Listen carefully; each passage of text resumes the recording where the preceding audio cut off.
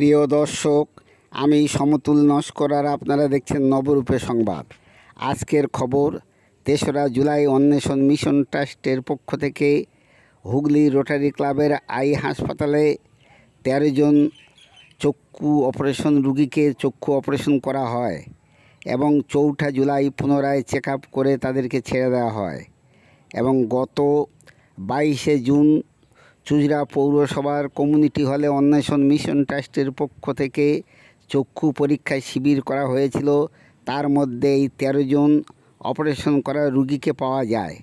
সহযোগিতায় সাহাগঞ্জ নবজীবন Baptist church ও rotary club eye hospital এই উদ্যোগে সহযোগিতা করেন এবং রোগীদের যাওয়া আসা সমস্ত খরচ বহন করেন নদিয়ার অন্বেষণ মিশন ট্রাস্টের পক্ষ থেকে।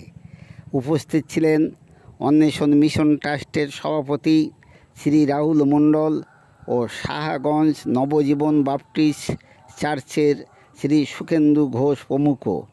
এই মহৎ কাজে সহযোগিতা করতে চাইলে রাহুল বাবুকে ফোন করবেন এবং ফোন নাম্বার দেওয়া হয়েছে, ফোন করে সহযোগিতার হাত বাড়িয়ে দিতে পারেন। নমস্কার।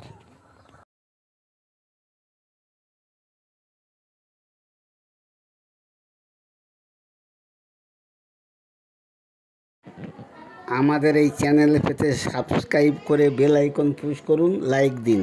নমস্কার।